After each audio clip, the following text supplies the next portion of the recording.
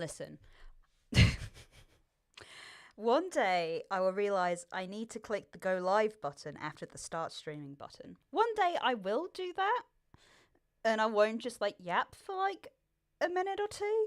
But we're gonna pretend that I didn't do that. Happy Wednesday / Rose Day to those who celebrate. I hope you've been having a lovely day so far, and that it's treating you well. I've got lots and lots of water with me to help me get through. I'm excited to be doing another visual novel today. I think that's going to be really fun. I really enjoyed the last one, and this should hopefully be pretty spooky. So I hope it goes well.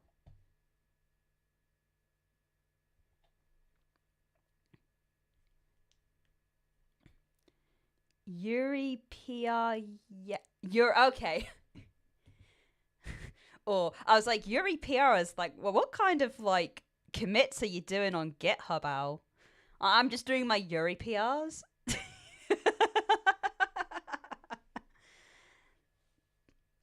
This is Yuri. This is girl loving girls. I do have some boy loving boy ones as well. But I don't know. I saw this one and it looked pretty fun. Ow, Python is a bisexual. I can't even read that out loud. It makes me laugh. Oh.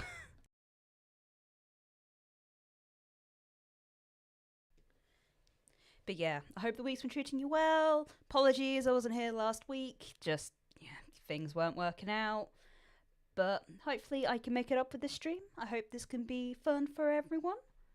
And we can have a good time. So, the game we're playing, you know what will actually help? Give me a sec. It would help if I had my notes up quickly. Because this is a spooky game. This is a spooky ooky game. I'm gonna run through the trigger warnings. It is also in the video, in the stream description.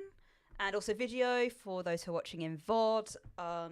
But just for those who want to know, so the trigger warnings for this is while it does not feature any explicit textual or graphical depictions of blood or gore, it does mention these topics: drowning, being buried alive, cannibalism, bullying, and veiled mentions of homophobia. So, yeah, guys, we got that. Looking forward to. But yeah, please, obviously. Ow. I mean, I think all women, words, and spooks will be there. So, I guess you're not lying.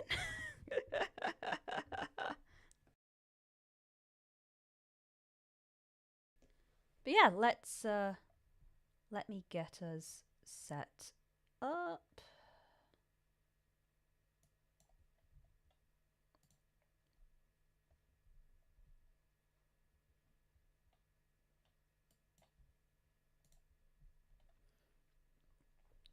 I do like that it's in 4x3. There's something very satisfying about that. I'll go a sec. Oh, sorry, should have been a bit of drum. Let me know how the audio levels are. I can like make it a little bit quieter, louder. Just want to make sure it's good for you guys.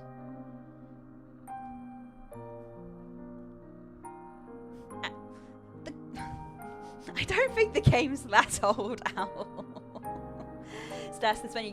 Yes! All the roses. I think I'm going to see some very beautiful petals and maybe get plucked? Pricked? That's it. Pricked by some thorns. But yeah, hopefully the audio's alright for you guys. Just want to make sure that everything's okay and you can still hear me yap away. Yappity yappity yap yap yap. I'm Gucci. I'm Gucci. Thank you, dolls. Let's give this a try.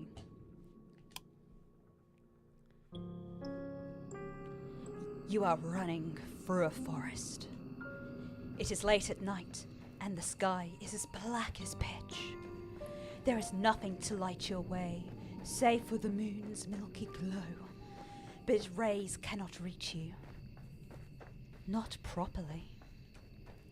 The trees which surround you, jutting out the earth like eerie monuments to a foreign god, are blotting out most of the light. You cannot see where you are going, even if you had commenced your flight at a more sensible hour. However, with the light of the sun to aid you, it would have been little use. You do not know where you are going. You have no map, no route, no plan. You are running like a frightened animal, anxious and nervy, with no destination in mind. Well, I'm hoping my destination's some cute girls, but we'll find out. You have no desire, as you run, save to escape. You cannot let yourself be caught. Be caught by whom? Ooh. If that were to happen, you are certain that you would be ruined. You have no choice, therefore, but to keep going on and on and on, though your feet are screaming for you for mercy. You have no idea how long you've been running. Time has begun to blend together. It has lost all meaning. Something sharp snags at the hem of your skirt, but you do not have the luxury to pause and examine what has happened. Instead, you tug. Your skirt tears, the sound splitting through the forest, and you stumbled forward with a shocked gasp. You are free, but at what cost? Probably a very nice skirt. That is probably the cost. Your skirt has been, irrevocably damaged. Oh, how dare they?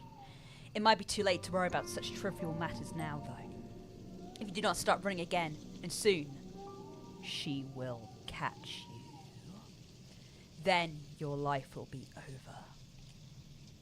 You do not know if she is still following you, but you do not want to risk looking over your shoulder. If you were to see her, silhouetted beneath a tree, looking at you with that sickly sweet smile which once ensnared you, you would lose what little nerve you possess. Ow, Trigger skirt ruined. Why didn't they mention the skirt being ruined? God. Your legs would lock up and your blood would freeze in your veins. Then you would crumple. You would fall, but you would not hit the ground. She would still be there to catch you. Did she not promise, when you made that contract, that you would never be alone? We would like to take back that silly wish of yours, but it's too late for that. It is too late for a lot of things. All you can do is run. You run and you run and you run while icy fog swirls around your feet. It is cold enough to sap the heat from your body, and you shudder from it. It feels as though you are drowning. It feels as though you are being buried alive. Your knees and your shins, meanwhile, are bleeding. You cannot endure much more of this. But if you value your own life, you must. You run and you run and you run until at long last you reach for a fork in the road. There are 3 paths which split off through the forest. Well, 4 if you count the path down which you came. You cannot exactly double back on yourself though, not when you have put so much effort into running forwards. You can only press on. The 3 paths are signposted, which is something of a strange sight given that you're so deep in the forest. Dark though it may be, you have grown accustomed to the shadows. You can just about pick out the writing on the old dilapidated signpost, curved and slanted though it is. Your fate, if you will forgive me for sounding cliché, is in your hands. Now I wonder, which path will you take? We have a choice to go to the shore, go to the village, or go to the castle. Do you guys have any opinions on where to go? Shore sounds like a lovely beach. A lovely beach vacay. Sounds nice. Village might have some supplies, might have some friendly faces. castle could have lots of riches and royalty to partake in. Maybe they'll have a nice new skirt. Our beach, I'm sure it'll be, dude, PS2 era beaches are like, vibes are the best. It's why Final Fantasy X is like my favorite Final Fantasy game. Like, those beachy vibes are like, it burned into my memory. I love the PS1, PS2 beach vibes. So yeah, let's go to the shore. So, you want to go to the shore? Good idea. Look, even the game's saying it's a good idea. What could possibly go wrong? What will you discover there, I wonder? This night is far from over, and there are any number of adventures still awaiting you. I hope that you prepared yourself in advance, and I do hope for your sake that you've learned how to swim. Ooh. Man, this narrator's cheeky. Little cheeky narrator. I have a sneaking suspicion that this skill might come in handy. You follow the path which leads to the shore, supporting yourself on weary, aching limbs, which feel ready to snap at the knee beneath the burden of your weight. You are little more than a wisp of a girl, but you've been running for so very long, and your feet are so very numb, you feel like you're a great lumbering thing. You need to lie down, and quickly. Your only hope, as you continue to run, that you will find a means to escape the current predicament by the shore. You do not know what awaits you, but you have visions of a harbour extending over to the horizon, cradling a fleet of white-sailed fishing vessels. Surely there'll be a kindly fisherman who'll be willing to take you far, far away on his boat, to a place where your pursuer will not be able to find you. You can imagine, too, the face of this kindly fisherman, a face you have lifted from the fairy tales you read in abundance as a small child. He'll have thick, bushy eyebrows and a dark brown beard streaked through with grey. Was that, Al, you saying he's got a great big bushy beard? I'm sorry, I can't help. A Hot Fuzz reference comes up. It's like, they're buried within my soul. Just like, oh, it's a great big bushy beard. He will look intimidating at a glance, but he will be fiercely protective of you, just like a father. Ow, I bet he looks like Willem Dafoe. Oh, that's the thing. He could look like Willem Dafoe. Ow, he could look like the Lighthouse Willem Dafoe.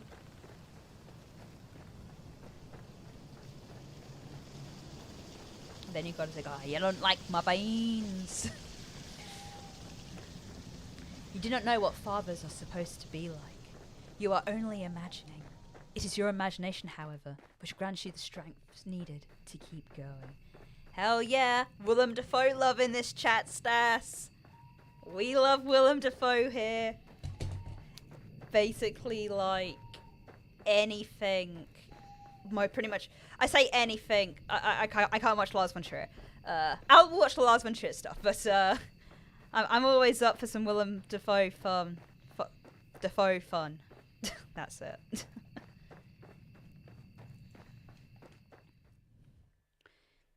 You run to the shore. It takes some time before you finally emerge from the woods, but finally you do it. How much time, you ask? I cannot answer that. Did I not say that time had begun to lose all its meaning? Stop being so sassy, narrator! The forest is behind you now, at least, and all the awful nightmares that lurk within it. It is still cold, though, and still foggy. It is still dark, too. The sun has yet to rise. You can see the moon more clearly now as it hangs above your head, round as any pearl or orb or crystal ball. The moonlight shines down upon the vertiginous cliffs, which plummet sharply downwards to an array of sharp, spiky rocks below. You felt, upon escaping the woods, a degree of hope, but the sight of these weather-blasted cliffs give you pause. You inhale. Then you frown. Aww. Now what are you to do? You did not think this plan of yours through very well. Not that you had much in the way of the plan in the first place. There is little in the way of civilization here. The cliffs are far from the village. How far? You just don't know. And you cannot see any houses. Where exactly will you rest your weary head? And what of your weary legs? Fitfully, you look around. There is nobody to your east, nor is there anybody to your west. There is no point in looking south. That's the way you came. And when you look to the north, the world falls away from you. The cliffs are too steep to scale, and it is too dark. Naturally, there is not a soul here to help you. You are on your own. You feel so overwhelmed, you could very well cry. You do not cry, however. You know that tears have never helped anyone. Our hobo playthrough. Well, you never know. We might find somewhere to stay. You got yourself into this mess. Now you need to get yourself out of it. It is with this thought in mind that you inhale a lungful of salty oceanic air. Then you begin your exploration in earnest. You keep away from the edge of the cliffs, afraid that you might slip and take a sudden unfortunate tumble into the abyss below. You are not as attached to your mortal body as some humans are, but you do not want to die. Some humans? You still care for yourself, if only a little. And it's this sense of self-preservation which compels you forward. You glance this way and that, depressing the tall grass beneath your shoes as you search for a place of shelter. Surely there must be somewhere. You cannot see any likely looking settlements, but was that over yonder? Could that be a roof? You hurry onwards, hope budding anew in your heart, until at long last you reach your destination. There is a house after all, out here in the wilds, though it doesn't at a glance look very welcoming. The solitary house that you have discovered, not so far from the cliffs, is rather unremarkable. It is so small and squat, you cannot imagine it contains within it more than a floor. You cannot even imagine that it contains much more than one room. Though it is dark, it is not dark enough to mask that the cottage has something of a slant to it. It is leaning listlessly to one side like a drunken sailor. The thatched roof, meanwhile, which tops this dwelling, has certainly seen better days. There is a hole in the thatch. There are several holes, in fact, and parts of it look particularly bare, almost bald. That is rather concerning. This shed has got what was it? Roof patterned baldness.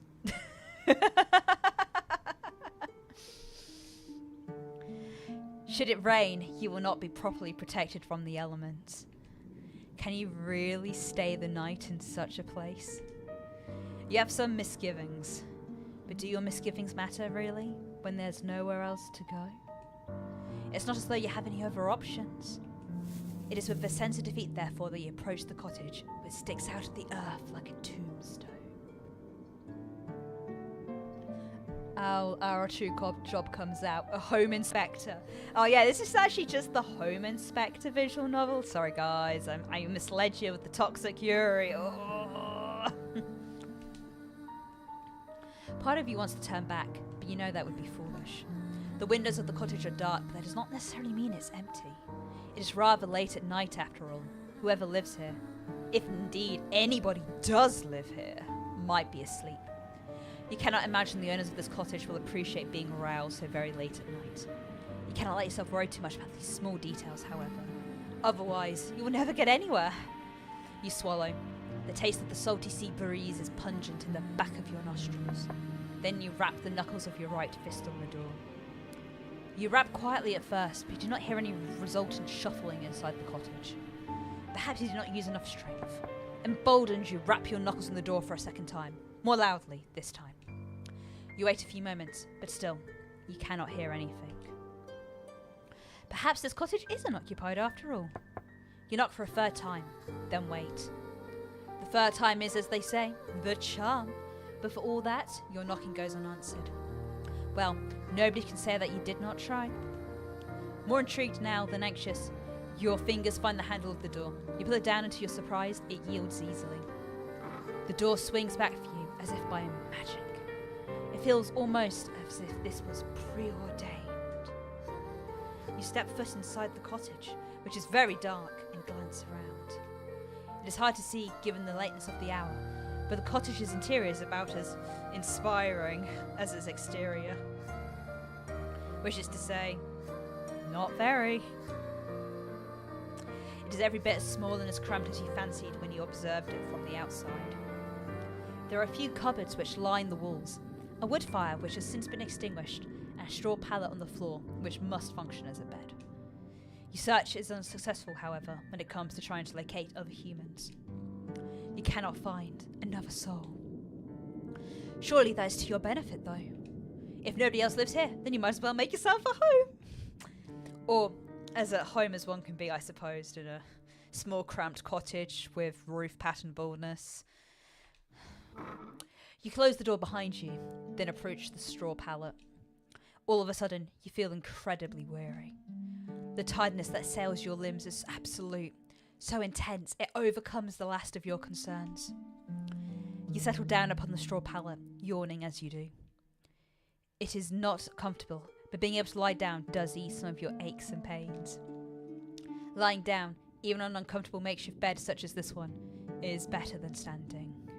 It is far, far better than running. Oh, toxic Yuri and bold shaming, WTF. Sorry about my bold shaming. I'm talking about bold shaming. I'm thatched roof hold shaming.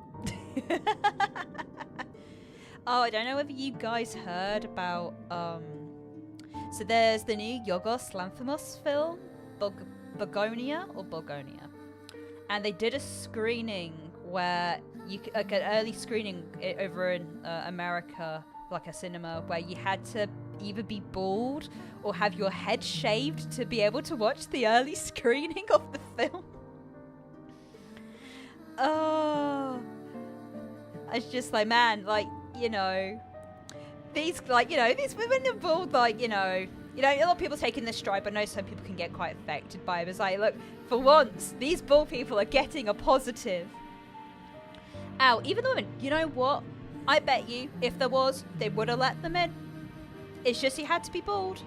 You had to be bald. It reminded me of, there was also a one of these screenings of The Long Walk.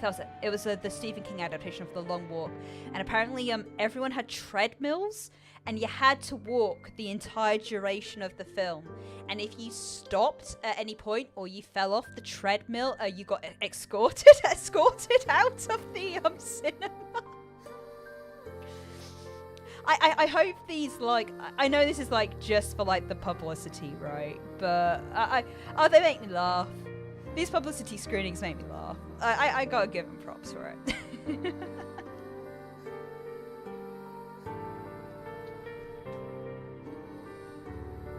Your eyelids fall shut, your lashes melting together. And soothed by the sounds of the wind and the distant rolling of the waves, you fall asleep. Then you begin to dream. It is not uncommon, of course, to dream. The best and the worst of us do it, from queens in their castles to peasants sleeping in the straw. Why, who is it to say that all you have observed tonight has not, in a sense, been a dream of its own? Would that make your nighttime fancies, then? A dream inside a dream? Perhaps our dreams are empty, hollow things stacked inside one another like little wooden dolls. Is that not a whimsical thought? How very droll. Your dreams, however, cannot be called whimsical, and neither are they particularly droll. They're not pure fabrications, as dreams sometimes are, fleeting fancies which can never come to pass. Your dreams are of a rather more pernicious sort.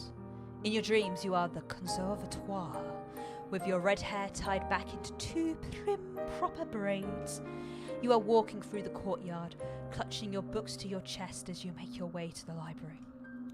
Your head is bowed so as not to look at the faces of your passing classmates. You do not want to meet their eyes. These girls with their sensible braids and their sensible shoes are merciless.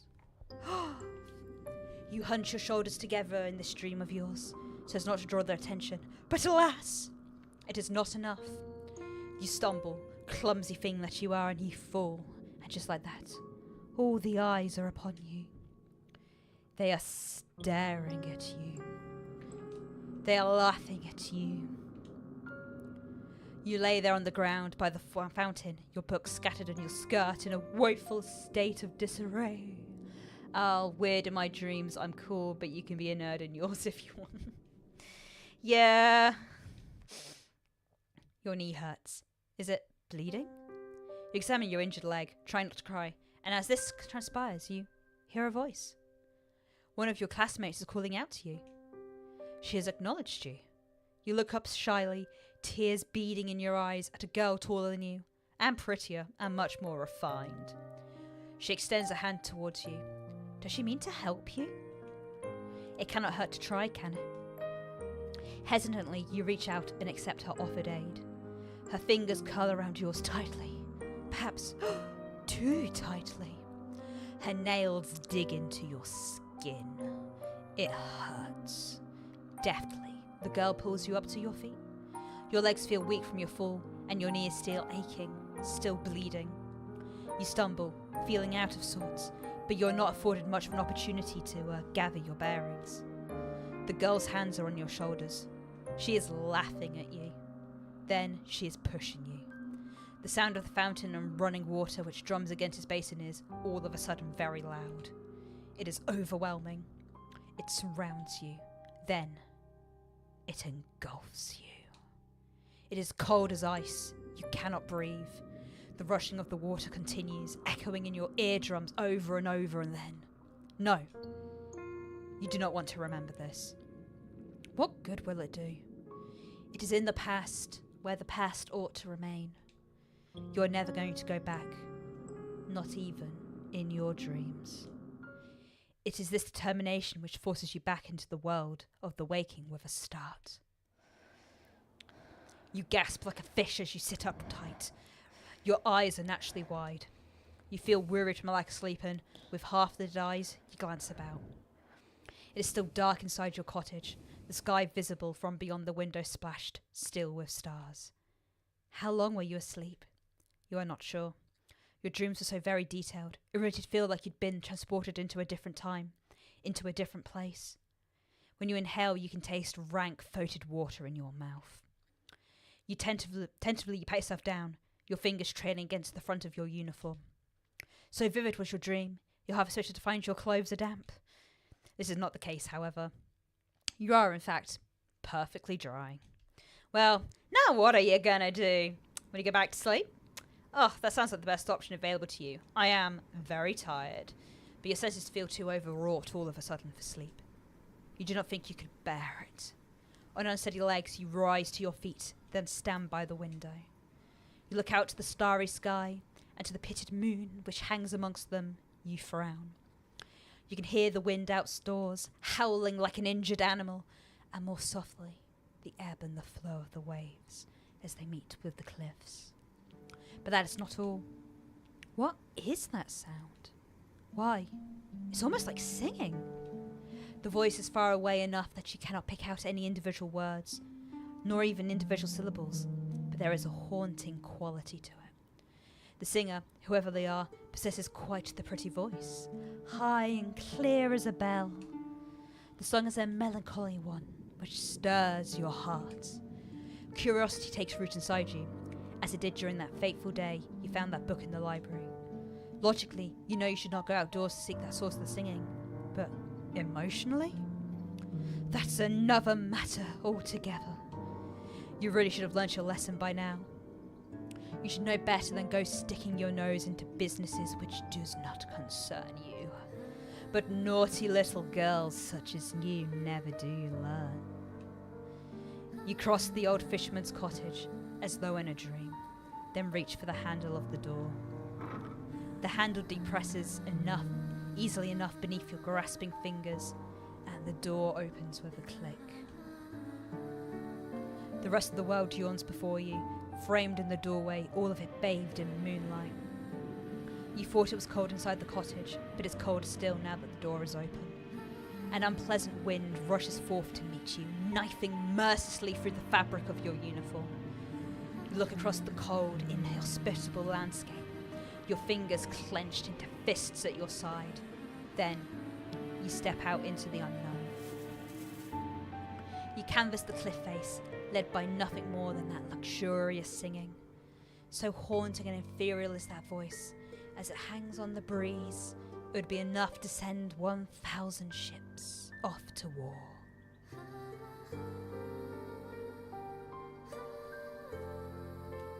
You keep walking into the night until you reach the very edge of the cliffs, where they drop downwards into empty air. You ought not to go any further, but the voice has yet to cease. You can still hear it, echoing inside your head. It compels you to act. You look down at the shore, which seems like a dizzying distance away, then out to the ocean, which is breaking against scattered rocks below. Your eyes narrow with determination. Then you take a step towards the cliff. These cliffs are steep and the rocks below them are sharp. You can see them glinting in the darkness, their tips jagged like the teeth of hungry predators. The cold wind blows, rocking your hair, and you shudder from it. Your shoes were not built for scaling cliffs, and your heels do not have much in the way of purchase, particularly not when the cliffs are so steep. Clinging to the cliffs is no small feat, yet you are determined to ease yourself down onto the shore. In one piece, preferably. The wind is so powerful, it feels as though there is something deliberately malicious to it. You wonder, during your descent, if it's meant to knock you off your perch on purpose, to cast you down to the rocks below. Well, if that is what it wants, then you refuse to give it the satisfaction. You can be awfully stubborn at times, and now is one of them. You continue to climb. How long has it been now? Until at long last, your feet meet the shoreline. You have made it, and you do not sustain too many injuries. Your palms are throbbing, yes, after gripping those rocks, and you might have a few cuts, but your wounds are of shallow and a superficial sort. Things could have been worse. You flex your fingers. They feel uncomfortably numb and cold alongside it. Your skin is prickling, but at least you can still feel discomfort. At least it's still attached to your bones, where it ought to be. Your vital organs concealed within the hollow cavity of your body. You have a lot to be thankful for. This night has, by and large, been quite successful. There are no longer any obstacles between you and the mysterious voice which lulled you outdoors. Now, you must find them. You set off down the shore, on the hunt of the singing voice which has captivated you so. You sidestep sharp, jagged rocks which jut out the sand like teeth. The rocks which cannot be circumnavigated, meanwhile you clamber over. All the while, the sound of the sea mingles with that of the singing. It provides an ethereal, haunting backdrop to your exploration, one which further adds to the surreality of your moonlight stroll. The waves lap against the shore, then recede shyly, pushed and pulled by the bleached white moon which hangs overhead. The oceans that you have seen in your library books were all blue as sapphires, but this ocean is different. It is so late at night, it looks black instead. The undulating surface of the water reminds you of a mirror, though its depths are even deeper and much more mysterious. A sense of foreboding settles upon you, but you try to squash it. You will not let yourself be afraid. Oh, hello. You round a corner, your feet unsteady in their sensible brown shoes, and then, at long last, you see her. There is a woman sitting upon a rock, out in the ocean. The woman's eyes are closed, and her lips are parted, her expression soulful. She is singing. Her hair, which is fair, flutters around her face like a shroud, which adds to her otherworldly aura. Her eyes might be closed, but her lashes are long and luxuriant like a doll's. Her lips, meanwhile, which are parted in song, are soft like the freshly plucked petals of a flower. Her face is perfect as her proportions. Her neck is tall and slender like the stem of a flower.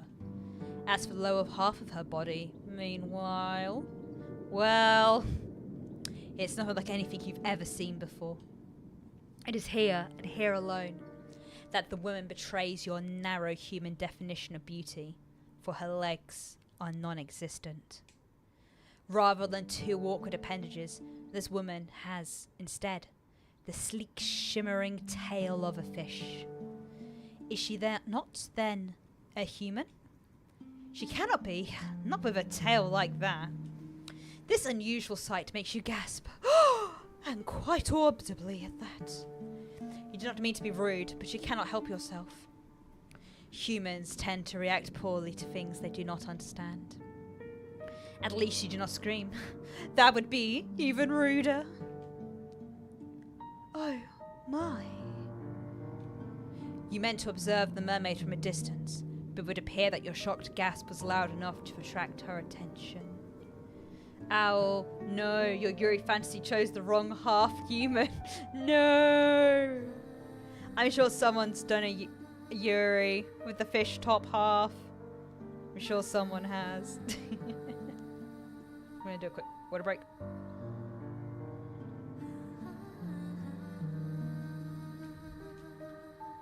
The fish-tailed vision sitting upon the rock is looking at you.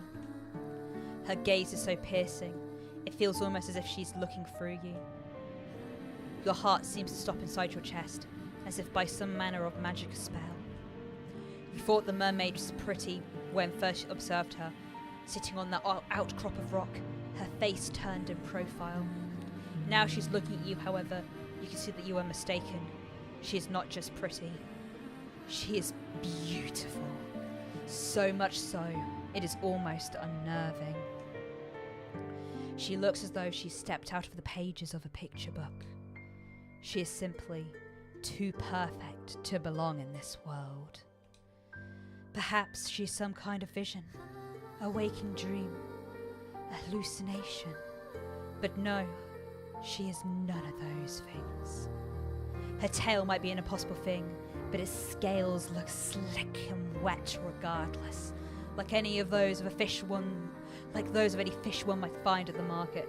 Stas, yeah. Oh no, she's hot. She's definitely gonna kill me, but oh no, I'll let her. I'll let her. These scales are iridescent and bathed beneath the light of the moon. They seem almost to glow. The sight of her rather takes your breath away. You look at the mermaid. She looks back at you. You prepare yourself, expecting some sort of altercation. But the surprise soon fades from the mermaid's face. Her lips, which were once pursed in a frown, now shift upwards. Oh no, she's smiling at me. Ah! She is smiling. Oh no, look at her face. Look how happy her face looks. I will do anything for you, queen. No. Then she says in a refined sort of voice, My, it really is good to see a human again, particularly a human girl. I was beginning to fear that your kind had all disappeared, and I would no longer have anybody left to tell me of the world above the waters. My, that is quite the effusive greeting. The mermaid's introductory speech is positively brimming with excitement of a sweet, girlish variety. She's rather more amicable than the fine polish of her syllables would make out suggest. You might be a well-bred lady yourself, with an accent to match, but you cannot help but feel overwhelmed. Anxiously, you observe the mermaid, and you ask her what she means. What happened? As to that, I am afraid I cannot say. I have been sitting on these rocks and singing for many, many nights, but nobody has come to see me. There have been no lovely humans for me to play with. I was beginning to wonder whether your kind had disappeared altogether. I feared some manner of calamity had occurred while I was slumbering beneath the water's surface, and your kind had been eradicated. You shudder, then reassure the mermaid to the contrary. You do not know about the humans that she used to speak with, but you at least have not been eradicated. Business is doing shit. That sucks, lady. Oh. You are still here. Yes, well, I can see that. The mermaid answers with a light laugh. Oh no, she's laughing at me too. Ah! It really is a relief. My fellow merpeople who live beneath the waters told me not to worry so, but I couldn't help myself. I've always been fond of you humans. It was rather sobering sitting here night after night, all on my own. It gets so lonely here. She said the name of the game. She said the name of the game. Now, that's an interesting turn of phrase. Even the narrator thinks so. It catches inside your head like a burr. Have you heard it before? So, dear human, did you say that you are unfamiliar with these parts? Hesitantly, you examine the mermaid. Saskia, she did say it. She did say it. Thoughtlessly though you might be at times, you are not so very self-centered that you cannot detect the note of longing in the mermaid's voice. It is evident as she looks at you that she is hoping for a particular answer to her query. This answer, alas, is not one that you can furnish her with. You do not want to lie to her. It is after some hesitation, therefore, that you reaffirm your earlier words, though this time you embellish them. You tell the mermaid that you are a traveller from a far-off land, one which is very dissimilar to this one. It is not a complete fabrication. You tell her that you have only just arrived by the shore, and you are unfamiliar both with your immediate surroundings and those further afield. If there is a village nearby, then you have never set foot in it. You do not know what this village is like, nor how many inhabitants it boasts. You do not know if a calamity as the mermaid grimly supposed has struck this land. But if she fears all humans within the immediate vicinity have been laid low by some kind of mysterious malady, then she needn't worry overly on that score. You are still alive. Are you not, you wonder, enough to satiate to curiosity with the human realm? Yes, that is true. You are here.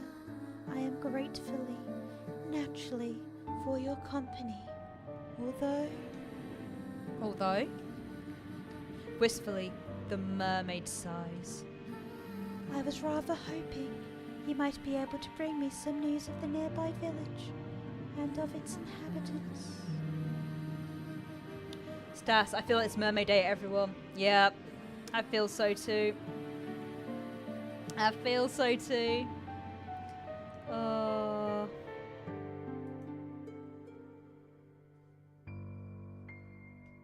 There you go. Was there a particular person from this village she was close to?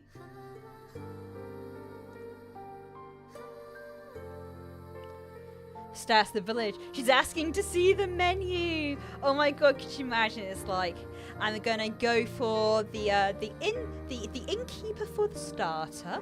I want to, like, you know, I think the fishmonger. He's got to be the main, of course. And then maybe the flower lady for dessert. Hello, Sin. Lovely to see you. For your reference, we are playing a Toxic Yuri visual novel called It Gets So Lonely Here, which when I shared with Owl the other day, he spotted this was part of a Yandere game jam. So we've got some fun ahead of us. If you need any trigger warnings, they should be in the description of this video. Also, there's going to be a bunch of cannibalism, drowning, buried alive, you know, normal fun Halloween spooky stuff. But yeah, lovely to see you here. So, you were able to work that much out? The mermaid answers with a small smile.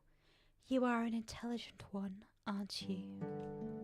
Your past professors would beg to differ on that score. Oh no, was I a dummy? Was I a dummy? You were always off when it came to academics. Mathematics in particular. Oh yeah, skirt damage. My lovely precious skirt has been ripped up. It was very triggering for everyone involved. You could never get your head around all the numbers. Your stern, stony-faced maths professor used to despair in you. But she is not here. None of them are here. It is just you now, and the mermaid, and she does not need to know about your dismal academic record. You allow yourself a small smile, touched by her compliment, and tell her that it was nothing more than a lucky guess. For a guess, it was remarkably accurate. You are quite right. I did have a close friend from the nearby village. She was very dear to me. Internally, you congratulate yourself on this piece of detective work. Hell yeah! How very clever you are! Stop being sassy, narrator. I am very clever. Give me this. Give me this. Stas, who can't know? I'm dumb, but pretty much. There are many humans in this world. Of that I know. The human who spoke with me, however, was special. She was my human. You do not fail to catch the possessive note in the mermaid's voice. And I cherished her dearly. She would come to me on my rock late at night when she was finished with her chores, and we would talk. I asked her a good number of questions about the human realm and about her customs. I fear my endless inquiries must have been rather tedious, but she was always happy to indulge me. She never once scorned me for my ignorance, and neither did she make me feel like a fool. She always made time for me, no matter how many demands she had on her time. She was a farmer's daughter, and she was awfully busy from dawn until dusk, threshing hay and taking animals out to pasture. She told me of her work, and I marvelled at her. Slender though she was, she possessed a truly tremendous amount of strength.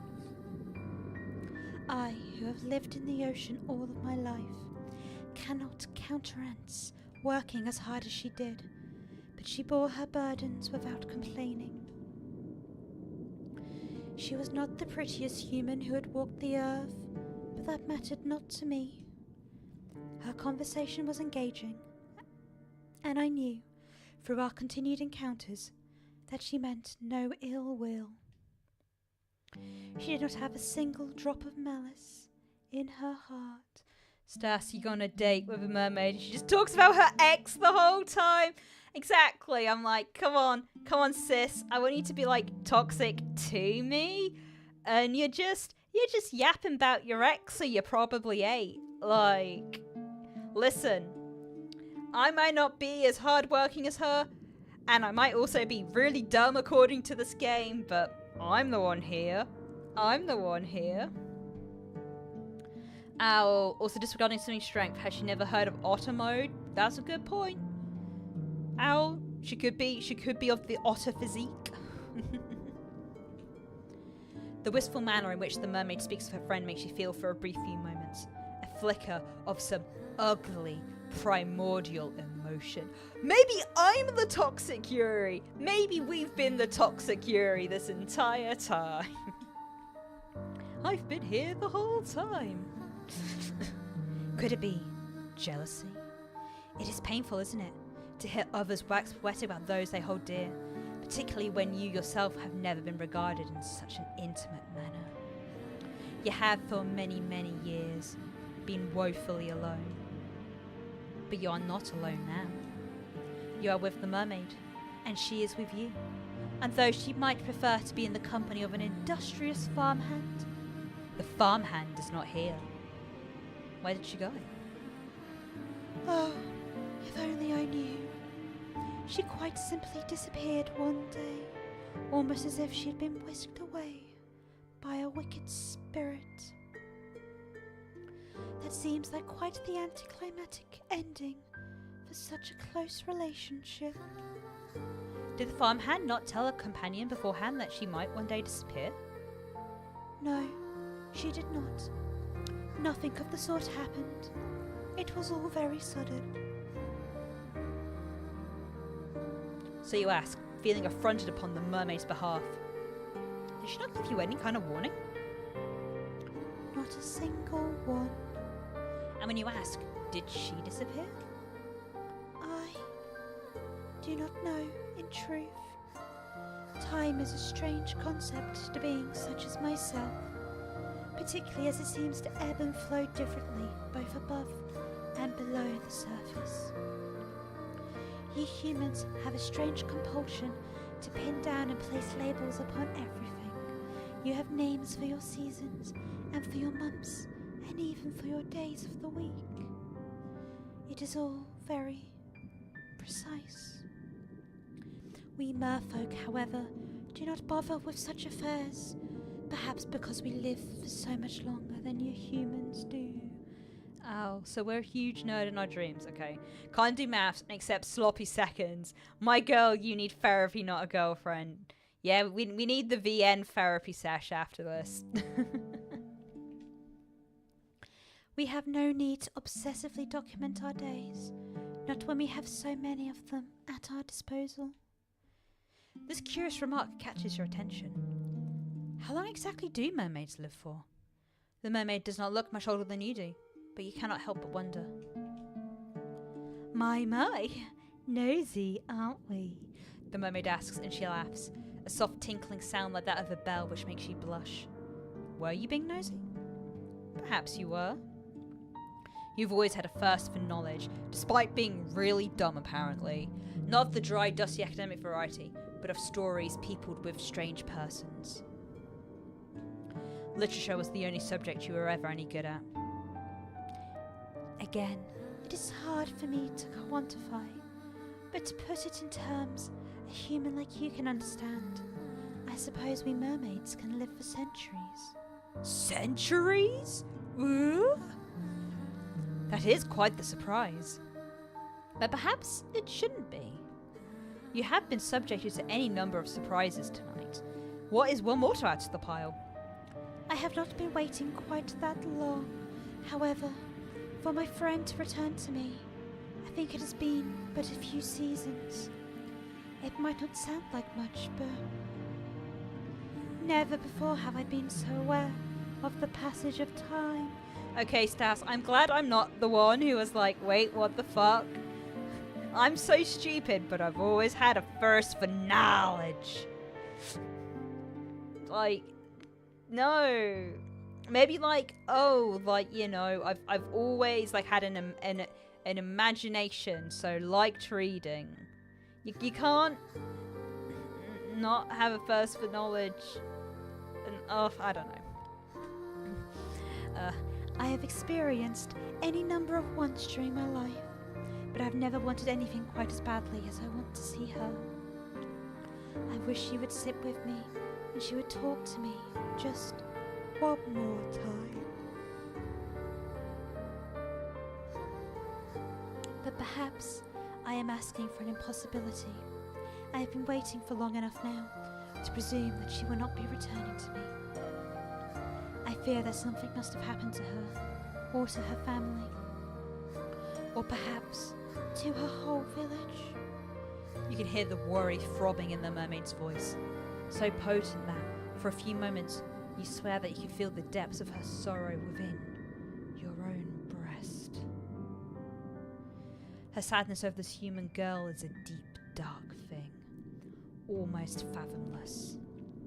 You cannot let yourself indulge in it for too long. Otherwise, you fear you might drown in it.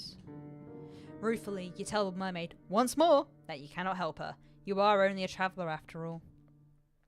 What do you know of a single insignificant farmhand in a nearby village? Yes, I thought you might say that. It is quite unfortunate, but oh well. I ought not to reflect upon all that I am missing. That would be churlish of me, and it would not be fair to you either. You did not approach me, I am sure, with the hopes of hearing about all my woes. I should be grateful instead for all it is that I do have. I still have my long, long life, which stretches before me like a golden cord. And, of course, I have you now. Does she? Do I not? I ought to go soon, before my absence is noticed. But will you not come and visit me again tomorrow night? I think I would like that. I've always enjoyed speaking to humans. You make me feel less alone. You cannot help but feel as the mermaid observes you with those enchanting eyes of hers that she does not truly wish to speak to you for your sake. She wants to use you instead as a substitute for the farmhand that she's been missing so very ardently. The thought stings, though you really ought to be used to it. Still, to be held in lower esteem than a farmhand, of all things, the shock, the horror, the gall, the gall, the gumption. It makes your self-esteem sting.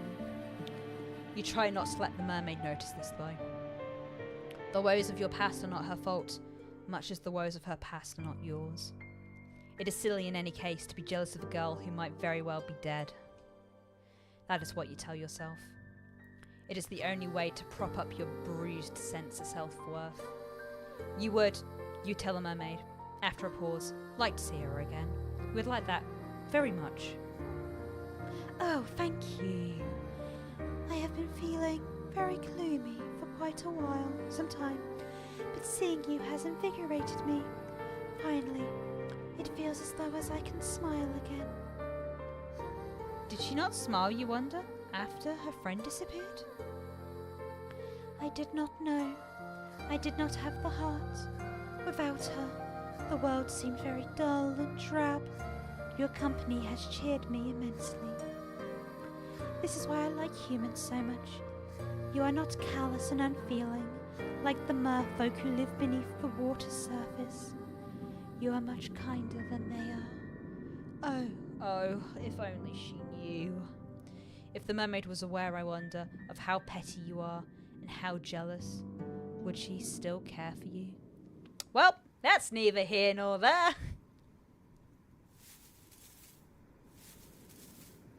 You agree to meet with the mermaid come sundown the following night, then make your slow, stumbling way back up the cliffs, then to the cottage you have purloined as your own.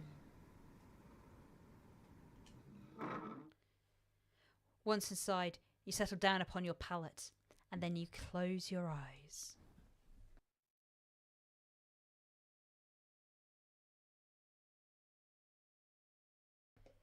The sighing of the wind outside and the distant rolling of the waves against the rocks do not disturb you. You feel, after your midnight encounter of a marish kind, quite at ease, perhaps prematurely so.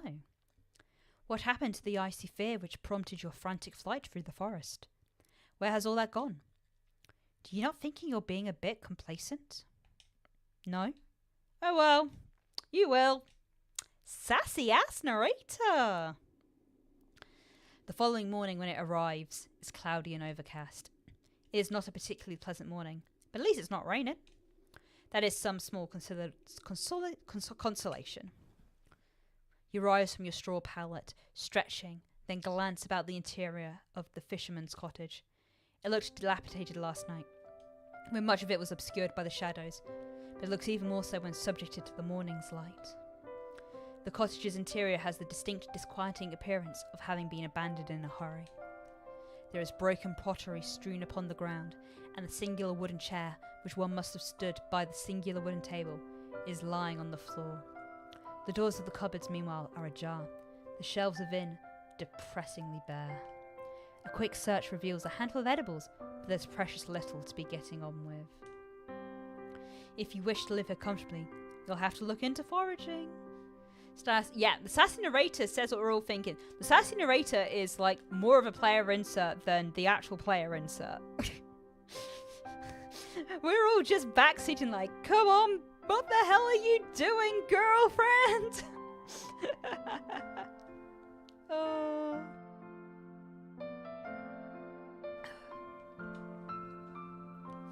You ate very little last night, and your stomach is empty. It was the malcontented rumblings of your stomach, in actual fact, which roused you from your slumber. but your body seems to be very far away indeed, much like the grey clouds which choke the sky. You are not thinking of your own physical discomforts. You are dwelling instead upon the events of the night prior. You cannot help but think of the mermaid. Did you truly meet an aquatic maiden last night during your nightly stroll when you couldn't sleep? It sounds unreal now, especially now that the sun has risen and the shadows from the night prior have disappeared.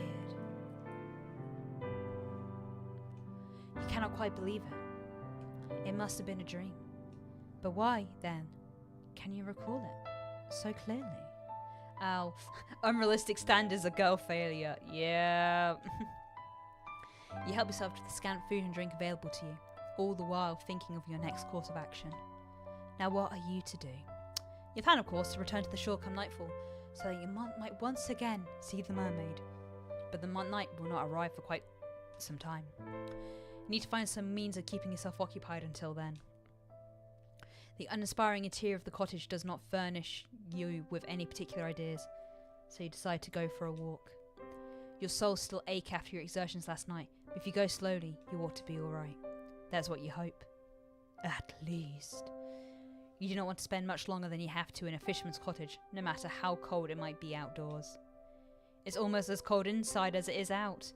And in any case, the cottage is far too small.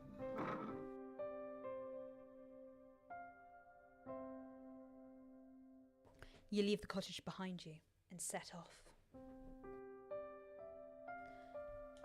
You do not know where exactly you are going. You suppose it does not matter overtly much. You do not have any particular destination in mind. Your meanderings lead you to the cliffs, which are steep and sharp. The drop to the shore is a perilous one, so much so that you might have to wonder how you were even able to descend the cliffs the night prior to meet the mermaid. You are rather more determined than you ever realised. Though I, of course, could have told you that much. You are surprisingly capricious for such a small, slender human. You walk alongside the side of the cliffs, keeping a sensible distance away from the drop to the shore. You might have survived last night's excitement unscathed, but you do not fancy trying your luck. It would be so like you, really, to avoid a drop to your death in the darkness, only to stumble during the morning's light and take an irreversible tumble. Your fortunes have never been the fairest. Your meanderings along the cliff reveal to you all manners of curious flora. You thought the night prior that the cliffs were weather blasted, but you can see now that your assumptions were incorrect. Well, yeah, duh, I'm dumb as shit. There are flowers here, very warm and bright, like the sun's light during the summertime. Or, you think, with a flush of pleasure, the fair hair of the mermaid whom you're certain you spoke to last night. Those flowers are so much, very much like her hair, it's uncanny. I mean, doesn't look like her hair at all. I really am super dumb. Oh, these yellow buttercups look like the long hair of a mermaid. Yes, you're fine, whatevs. You step towards the flowers, drawn towards them, and sink down to your knees. The tall grass brushes your ankles like a caress, the morning dew wetting your skirt. Your clothes are getting damp, as are your legs, but you care not for the minor discomfort. You have just had an idea. Why not make a gift for your new friend? You're sure that she would appreciate it. Why would she not? She told you, in a voice which was steeped with douleur, that she had been feeling lonely. You want to see her again. And when you next see her, you would like to make her smile. It is with this thought in mind that you begin to pick the flowers which are growing upon the cliffside. These flowers do not have any thorns, and their delicate stems snap easily enough between your fingers. You take care when plucking these flowers to leave a substantial amount of stem intact. You will need these stems so that you might twine the flowers together. You mean to make for your mermaid a diadem, something she'll be able to wear in her hair. Oh, this tiara is certain to suit her. She is so pretty, anything would suit her. Oh. You continue to work, slow and steadfast as the weak sun shines. It takes time, but you are eventually able to fashion something you are satisfied with. You only hope the mermaid will feel similarly. It is if indeed she really does exist. Carefully, you pocket your makeshift diadem, then decide to forage for some food. You discover during your search some fruit trees whose sweet burdens are enough to fortify your spirits. For the present, at least. It is fortunate, really, that you're so excited about your moonlight rendezvous with the mermaid. If you were less focused upon the future and dwelt more in the immediate present, you might have more of an appetite. The emptiness in your stomach assuaged you. So, you return to the cottage, whereas you meant to wait for the setting of the sun. There is very little to do, you soon discover, in the cottage other than checking the cupboard and sweeping the floor. Occupations which both feel depressingly pointless. There are no books to read either, with which you might pass your idle hours. You do, however, busy yourself with trying to light a fire so that you might ward off the cold. The time is horribly slow in passing, in part because you have precious little to do, but also because you cannot stop thinking of the mermaid. Will she really return to the shores as she said she would? Can you truly trust her? Oh, you hope that you can. If she were not present at your designated meeting place, you think you would die from disappointment. The seconds continue to trickle by, unchecked by any hourglass, and as they do, the sun sinks beneath the horizon. Part of you worries, however, that it might still be too early to search for the mermaid. Will she be there yet? You sit there, your stomach tied up in anxious knots, and as you listen to the wind which buffets your windows, you hear it. That's foreshadowing. Could be foreshadowing. Oh, girl, you met her last, right? For fuck's sake. Yeah. It's... I mean, as discussed, this lass ain't bright. This lass is a certified dummy. So, I think it's fully expected.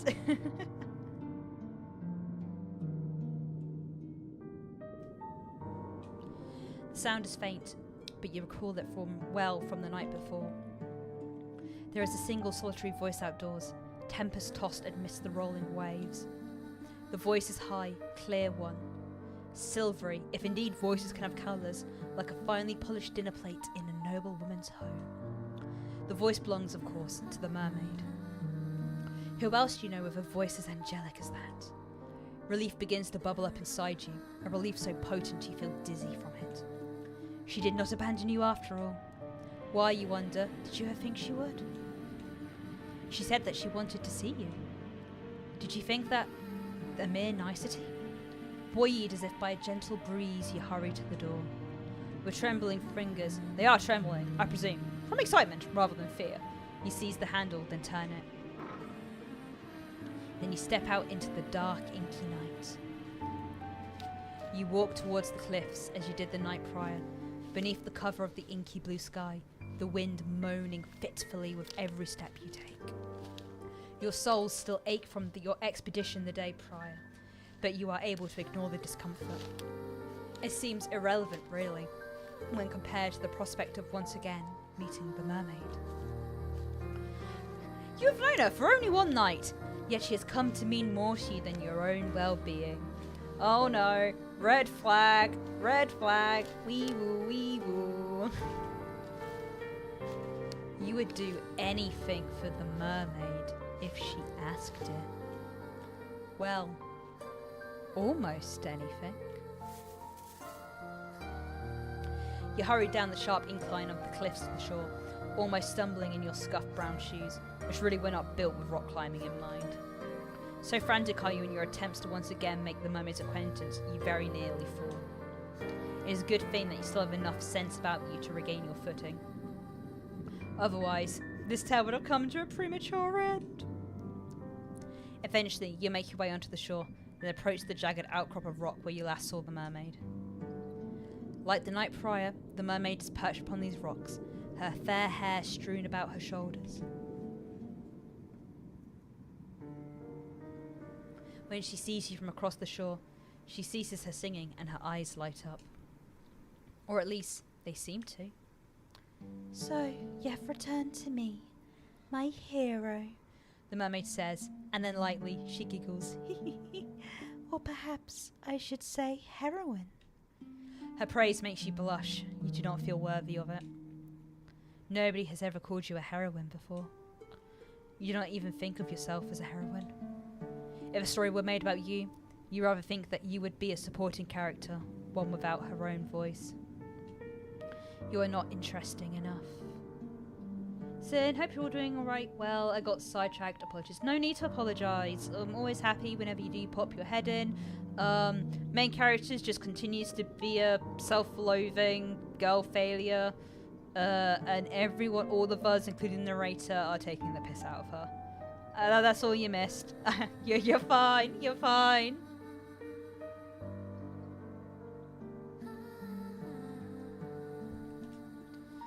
The mermaid seems to think that you are, though. She is staring at you delightedly, as though you are the one person in the world she wishes most to speak to. The thought makes you tremble, but not as much as the mermaid's gaze. You tell the mermaid that you do not think you are so very brave, but she dismisses your awkward remark with a laugh. I think you are. I saw the way you scaled those cliffs. I thought that was very heroic. Oh, so she saw that, did she? Then did she see how you slipped down the cliffs, grazing your palms in the process, and how you very nearly fell? You have never been the most graceful of girls, but to have your failings exposed before a being as poised and as perfect as the mermaid. It stings a little bit. More in fact than the resultant grazes on your palms, your clumsiness wrought you. You tell the mermaid that there was nothing so very heroic about all of that. You were simply excited, that is all, to meet her again. You weren't thinking. Well, that makes two of us. I was excited to see you again. She was? Naturally. I had a good time speaking to you last night. I had hoped that we might resume our correspondence. That is why I came to the rocks a bit earlier than usual. I was waiting for you.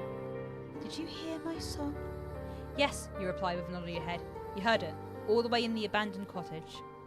It called out to you. That was the general idea. I was singing for you. She was? You do not think you are worthy of the mermaid's song, but she does not mind dedicating her voice to you, then?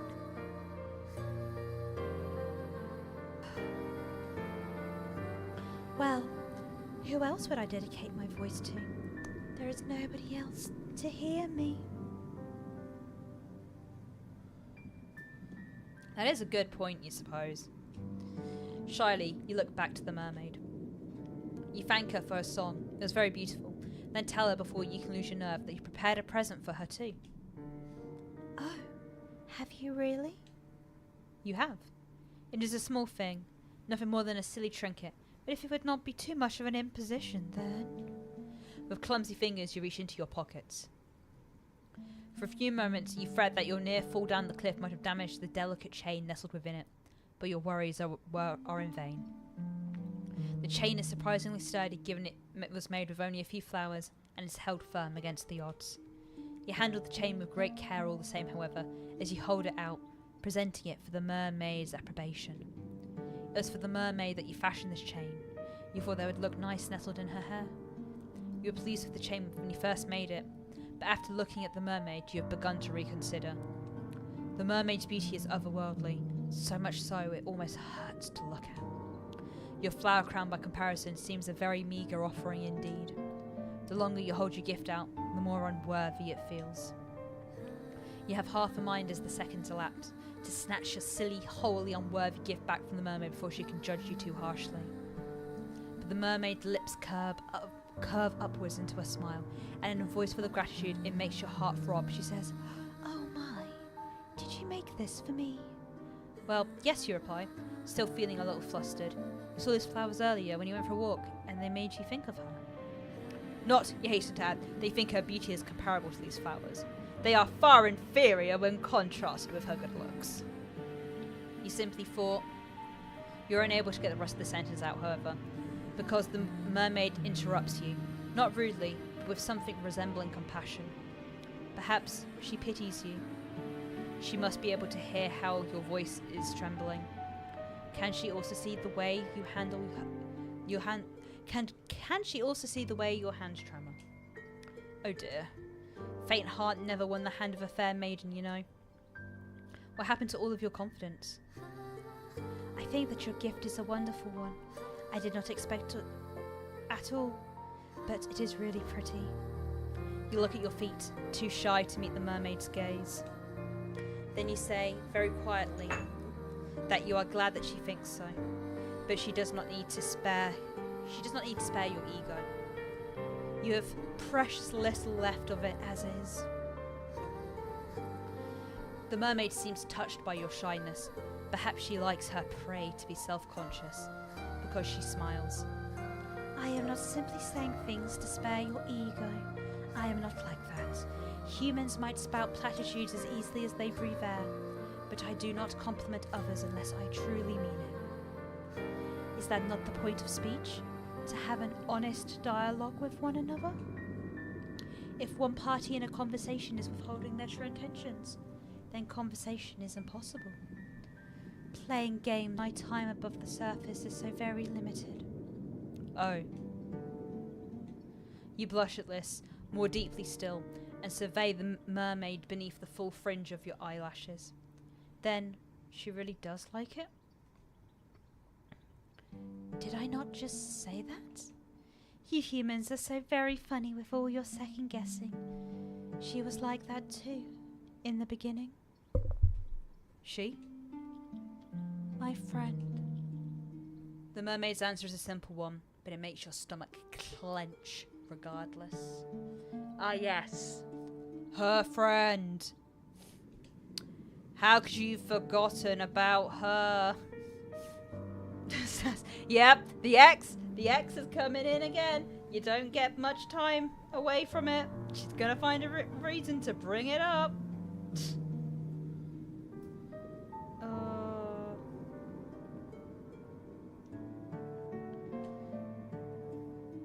She used to make me gifts too, you know.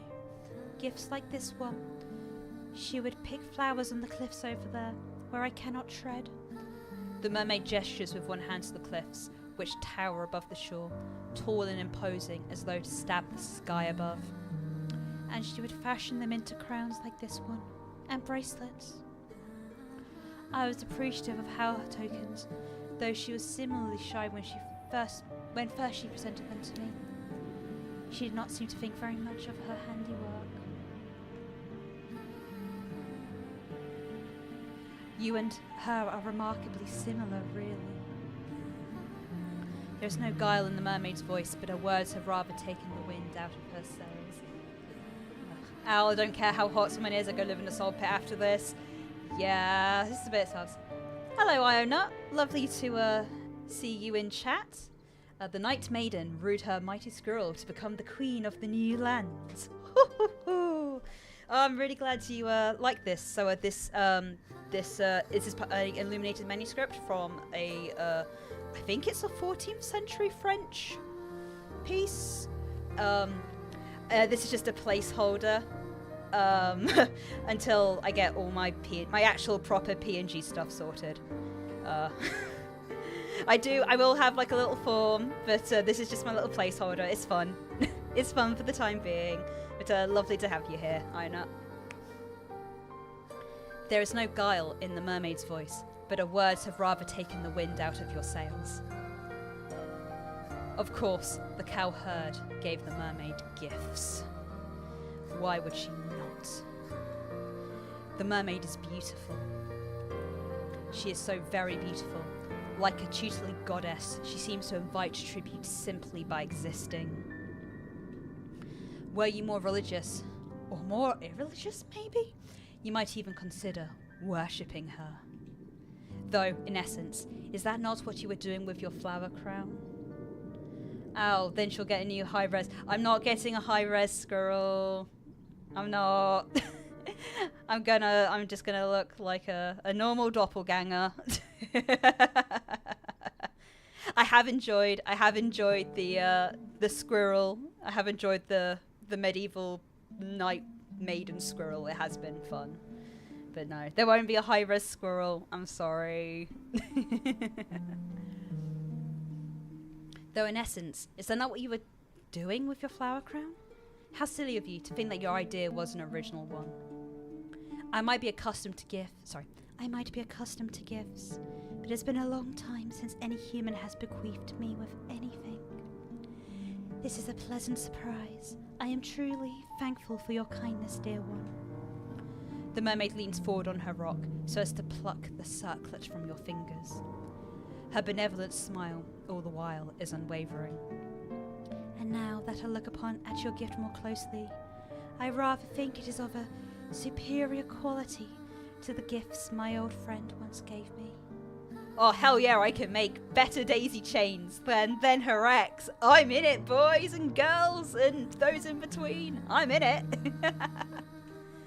Now, this is enough to make you start, if the touch of the mermaid's fingers upon your own was not. Could your silly gift really be better than those she once accepted?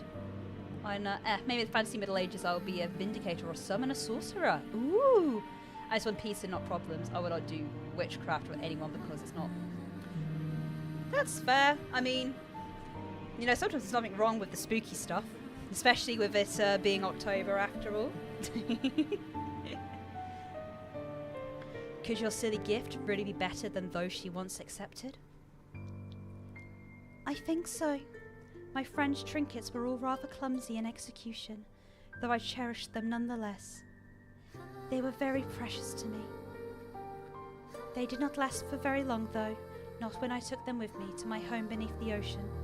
The waters soon render the fragile links between the flower stems asunder. Your diadem though, however, seems more sturdy, but it is, by the same token, very delicate. You must be very good with your hands. Oh, maybe I'm very good with my hands. Maybe I am. Stas, they were very precious to me, even though they were shy, pretty much. Oh. Stas, you're right, this urate is indeed toxic. Yeah. I mean, I'm just like, oh my god. I thought it would just be from the one side, but it's like, no, it's both sides. There are red flags on both sides.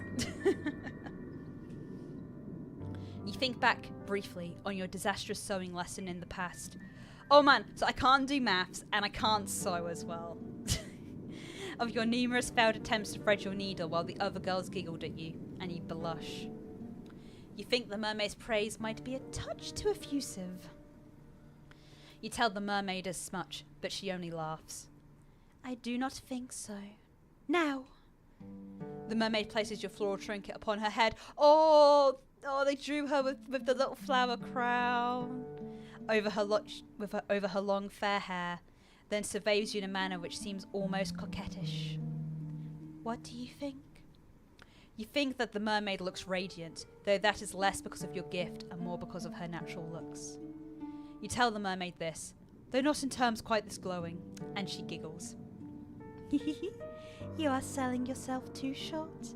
I think your gift is lovely, really. The flowers rather match my hair. Yes, you answer, with a nod of your head. That is why you picked those flowers. She's all you've been able to think of.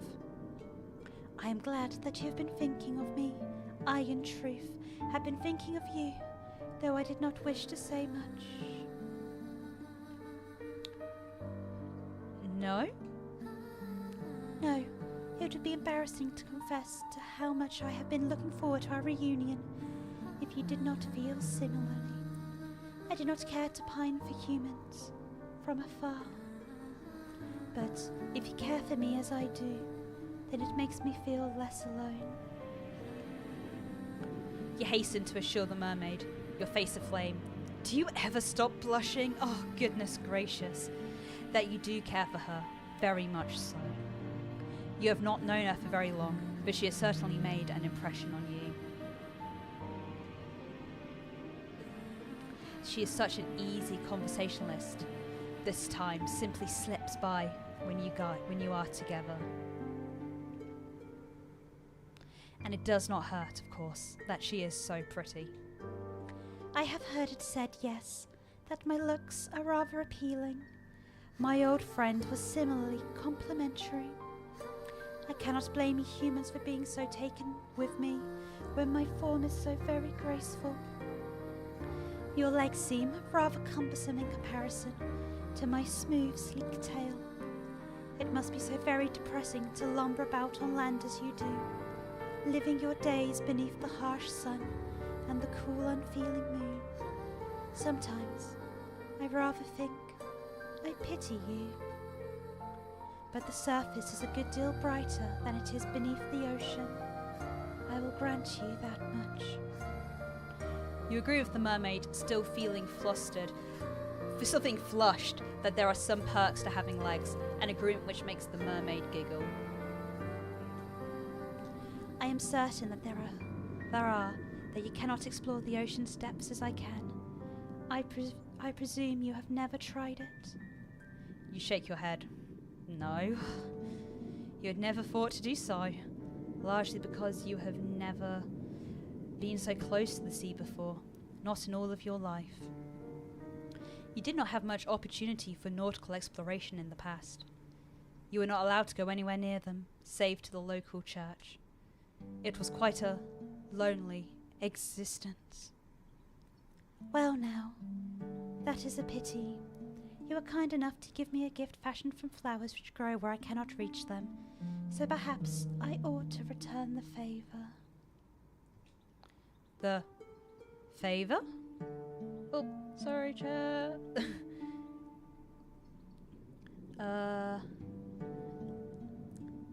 Yeah, I know, I can understand, being neutral if you're doing it from, more of a, D&D alignment sense. Sometimes it can, it can be kind of easy to kind of simplify stuff to be okay, I want to look at things quite objectively, but, there's definitely is, there can be some fun to be played with, more lore or chaotic. Yep, Owl is a little chaotic little goblin. Stas, yeah, dude, she's so mean. God.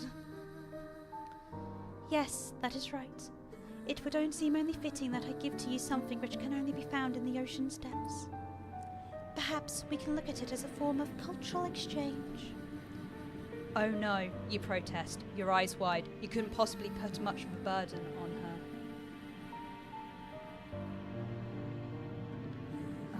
So I was replying to your comment. You said you were a neutral guy, you do not like lore and chaos path. And if you're talking about sort of more of an equal society for a fantasy setting, again, that could be fine. But again, I feel like sometimes you need conflict. It can sometimes be a little bit boring if you have a world you're doing maybe a campaign or something in, and if there's no conflict. I mean, to be fair, I do also have a soft spot for kind of cozy world building. I do have what's that book, the coffee shop, the fantasy coffee shop book on my to read list. That's probably going to be pretty conflict free. But yeah. Oh no, you protest, your eyes wide. You cannot possibly put such a burden upon her. You did not give her a gift after all, because you wanted to receive anything in return. Anything other than her friendship, that is. Her conversation is more than enough to satisfy you. You do not need any physical presence on top of that. Oh no, don't spoil me. I didn't just spend all day making a little flower crown for you. The mermaid does not seem convinced, however, by your naysaying. She raises one eyebrow. Even this gesture is performed elegantly, then says, If my company is all that it takes to satisfy you, then you are easy to please indeed. But please do not rebuff me. I am offering because I wish to do this. Remember what I said. I do not say things for the sake of it. Well, you murmur, if she really doesn't mind. This is probably a good opportunity. I feel stuff's probably going to happen soon. That this is a horror game. If you want to check the trigger warnings in the description, I don't know. I have a gut feeling something might be happening soon. Of course I do not mind. Now wait here. I will not be very long. It would be rude to abandon my new friend in the midst of a conversation. The mermaid turns her attention towards the clear mirror-like water which shimmers beneath the moonlight. Then she dies. Her body arches elegantly through the air, her long slender limbs cleaving through the surface of the water with nary a little. Oh, what button did I press? My bad. Sorry, bad hands.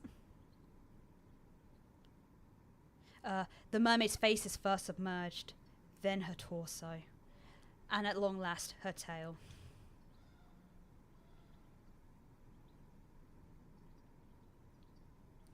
The water rushes forth to envelop her as though it's been waiting for her. It subsumes her.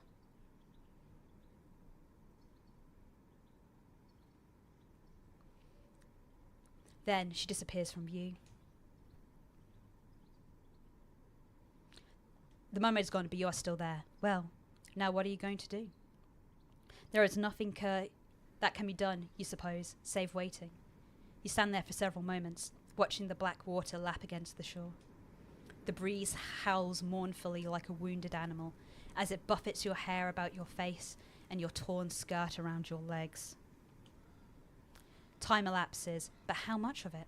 While you stand there, fretfully fleeing as ostentatious as a maypole. I was like, May people? I was like, no, I'm just reading this wrong. When will the mermaid return? Will she ever return? You are starting to worry. Is that all you do when... Look, over there, by the rocks upon which the mermaid once sat. The water is rippling.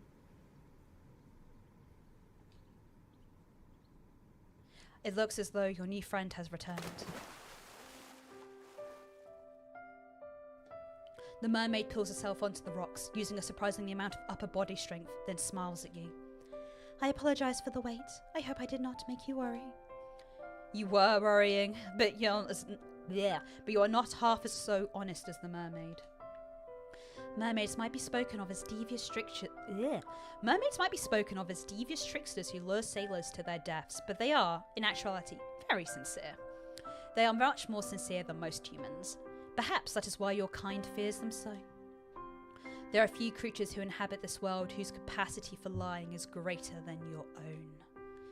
You tell the mermaid that you are not worrying, and she answers with a wry smile. I am not so sure about that. Ah! The mermaid is wiler than you giving her credit for. She has seen straight through you. But no matter. It took me some time, but I was finally able to retrieve for you a gift. I do not have the means to turn this into a pretty piece of jewellery, as you did with the flowers, but I wish to give it to you nonetheless. I do hope that you like it. The mermaid leans forward, then holds her gift out towards you. Her slender fingers unfurl about it, like the petals of a flower being folded backhand. Oh, what a pretty gift it is! The oceans might be dark and deep, cold and unfeeling, but the same cannot be said for the object which glistens upon the mermaid's palm. She has fished from the depths of the water a beautiful shell, one which shimmers prismatic colours beneath the moon's light, much like the scales on her skin. The shell is so very pretty, it quite takes your breath away. You look at the shell broadly, your teeth biting your lower lip. That is a bad habit, you know. You'll make yourself bleed. Then ask the mermaid if this is really alright. Would a gift like this not be wasted on you? Of course not. I want you to have this shell because it makes me think of you. It does? How so? I thought it should be obvious. The shell is a lovely find. As are you.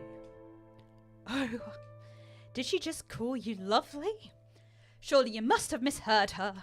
You can scarcely believe it. It was an awful lot for you to take in, but... Now, why are you gawping at me like that?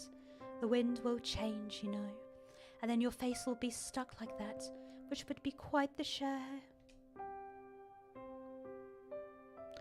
You would waste your good looks, which for a maiden such as yourself would be nothing short of a tragedy. It seems as though the mermaid really does think you're pretty after all. Hell yes! The mermaid with her smooth skin and her fair hair. You can scarcely believe it.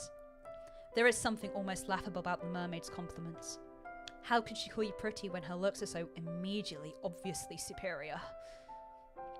Tongue-tied, you look at your feet. You do not know how to reply to the mermaid. You have half a mind to refute her words, to tell her that you're not pretty, not really, but you fear that might look rude. You do not want her to rebuff the mermaid's well wishes. There is nothing for it then, but to take the shell which the mermaid retrieved from the ocean's depths for you. You do not think that you are worthy of it, but neither do you want to refuse it. Now that is a surprise, the mermaid says, amused, as you reach for the shell. I did not think you would be bold enough to take it, not without more coaxing from your part. You have exceeded my expectations. What a good girl you are. Oh, your heart flutters with this praise, and it flutters all the more when your trembling fingers brush against the mermaid's paw. She presses the shell into your skin, and your own fingers tighten around it. The shell is sharp and pointed, and it digs uncomfortably into your skin. It hurts, but there is pleasure in this pain. This too feels like a gift from the mermaid. You do not want to spurn it. Even pain can be a precious thing when dealt by one you care for. Just a quick water break.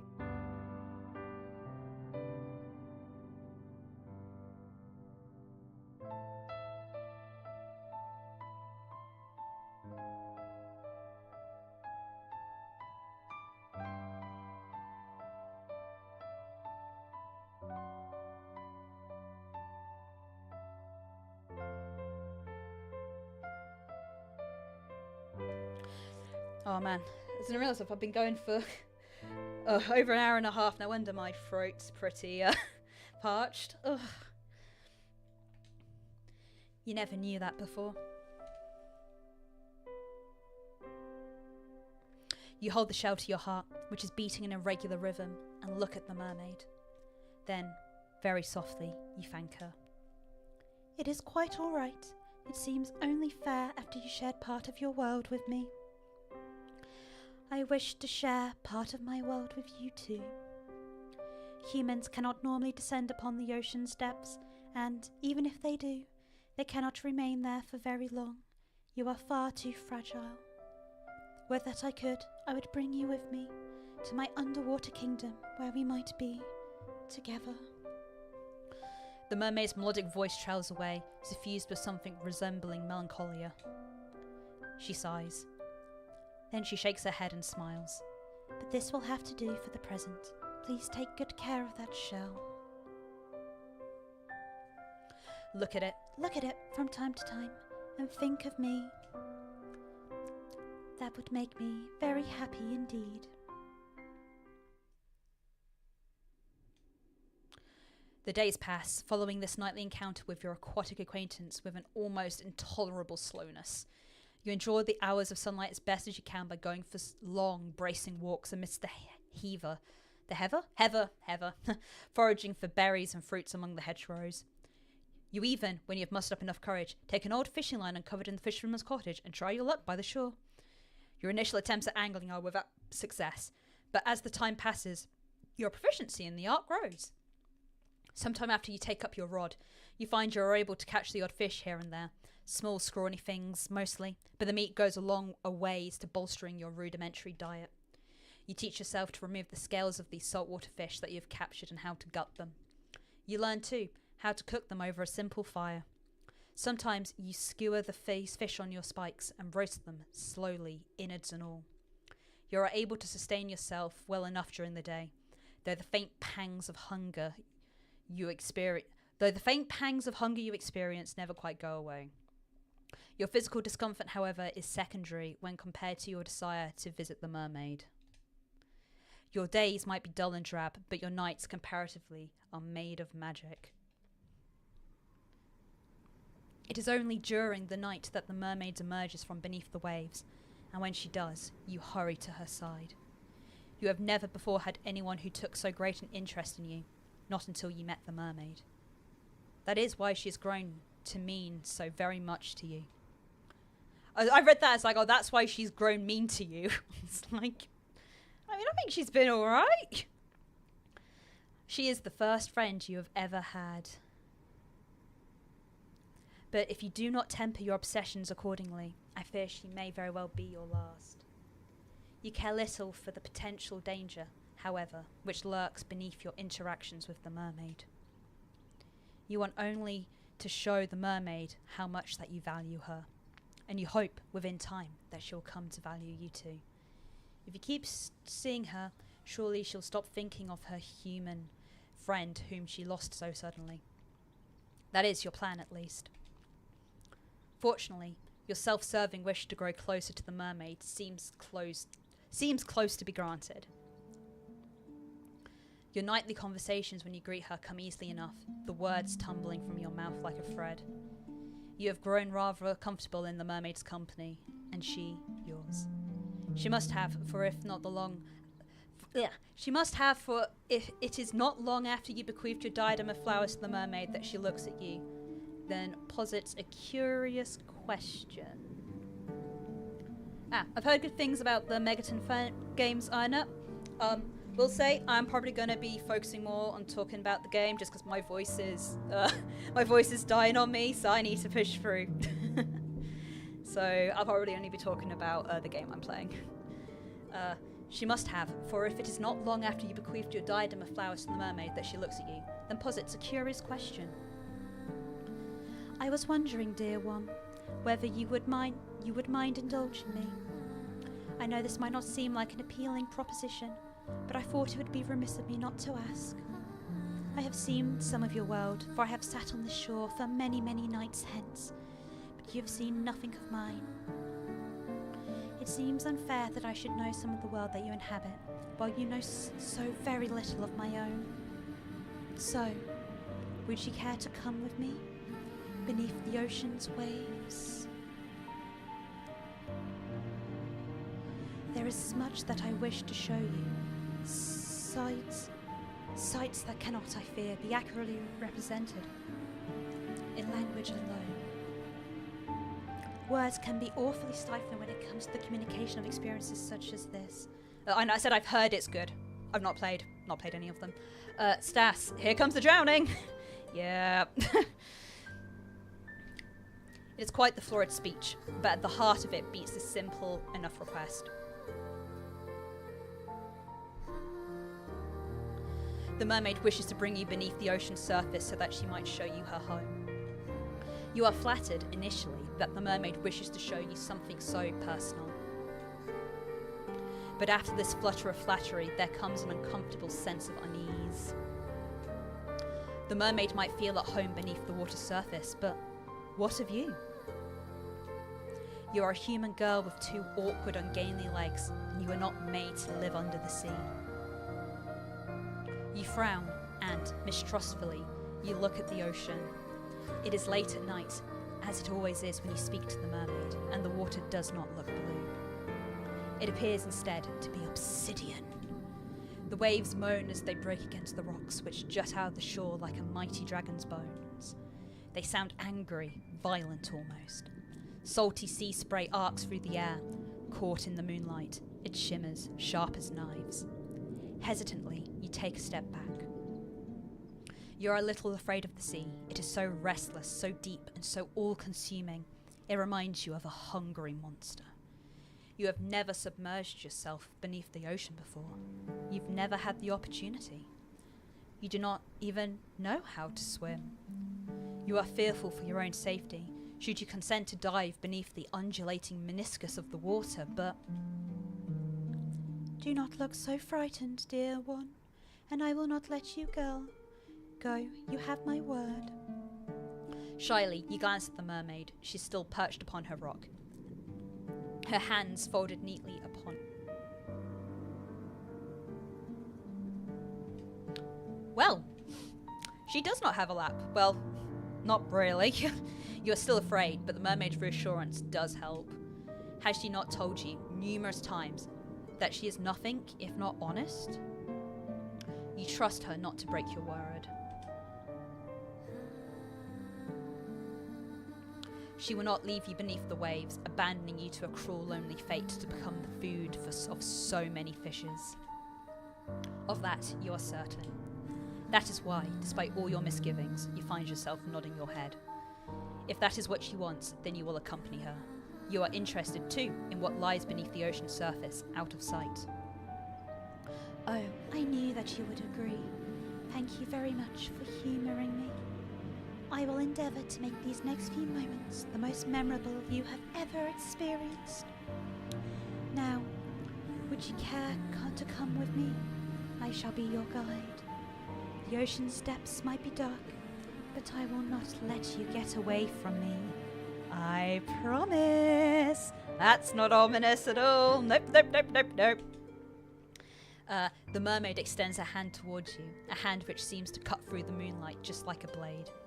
The moon's celestial rays play against the mermaid's upturned palm so that it shimmers. The mermaid's hair, too, is glowing, backlit by Celine's glow so that she almost looks like an angel. Her beauty is such that, for a few moments, you cannot do anything, neither step towards her nor back away. You feel frozen in place, rooted into the sand like some shore-growing tree. You still do not understand why the mermaid has taken such an interest in you, but an old adage does occur to you. You ought not to look a gift horse in the mouth. Just saying, guys. Just saying. Or ignore the pleas of a graceful, dignified mermaid. You reach out, your arm shaking like the skinny burr of an ancient tree, and find the mermaid's hand with your own. The mermaid's fingers curl about your own, her nails, only now you notice how sharp they are, digging into your skin. Though the mermaid herself looks very soft, her grip is surprisingly strong. You do not think, if she willed it, you would be able to get away from her. But why would you want to? She does not mean you any harm. Now, let us be on our way. There is much to see in my underwater kingdom. I cannot wait to show you. The mermaid turns towards the ocean, as do you. A brief moment passes, one during which you allow yourself to stand there, your hand claimed by the mermaids as the wind buffets your hair and your skirts. You inhale deeply. The smell of the salt is heavy in the back of your nostrils, so much so you could choke on it. It is not a particularly pleasant smell, but you have grown accustomed to it after living in your tumble-down cottage by the shore.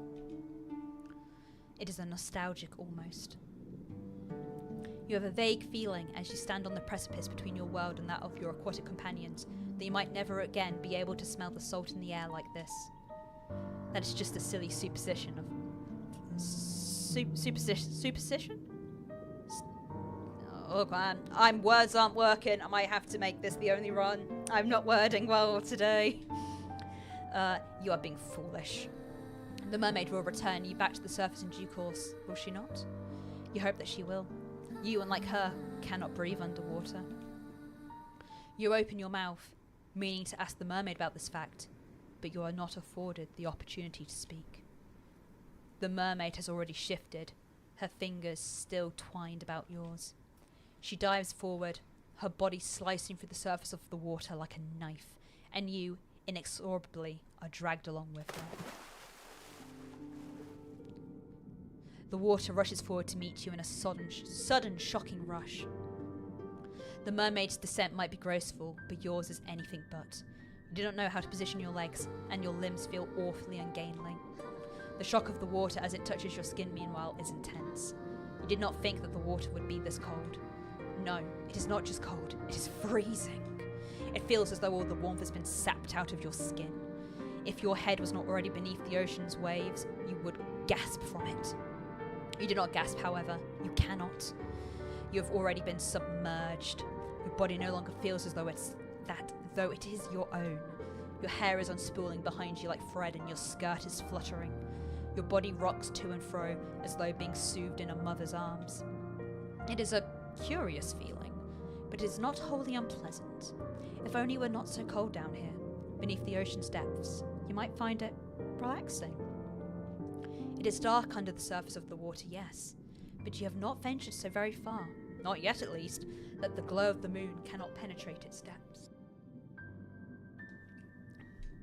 Your surroundings are illuminated, though faintly, and thanks to this precious illumination, you can see the schools of fish swimming about you. Their scales will glisten as they arc through the waves like rainbows. They do not look like life forms. They appear, instead, to your fairy tale addled mind to be ancient relics brought to life through some strange arcane sorcery. They are pretty. No, that word is not significant enough. They are beautiful. You did not know, as you stood upon the shore, how very full of life it was beneath the water's surface. You did not know, either, how very beautiful these aquatic denizens of the deep were. You have never seen fish like these before, not in real life. You have memories, vague, hazy memories of dissecting a fish once in a particularly gruesome biology lesson, which I'm sure I also flunked and was awful at. But that feels like a very long time ago now. You would far rather think on your present than dwell upon the past. But the seconds pass, and as they do, the mermaid continues to swim, leading you deeper and deeper into the ocean's depths. While once you were close enough to the surface that the moon's light could still slice through the waves, now it is so very dark you can scarcely see. Your vision is beginning to blur. You can feel an uncomfortable pressure weighing down on your inert body. You have descended, you realised, with a ripple of anxiety. Too deep. Humans were not meant to descend into these depths. The water, once cold, now freezing. It caresses every inch of your exposed flesh as if to sap what little warmth you might still possess. You shiver, and when you do, you swear that you can hear your teeth chattering, despite the water which stops your ears. The water is stoppering up your nostrils. There is so much water down here, at the bottom of the ocean. It is endless.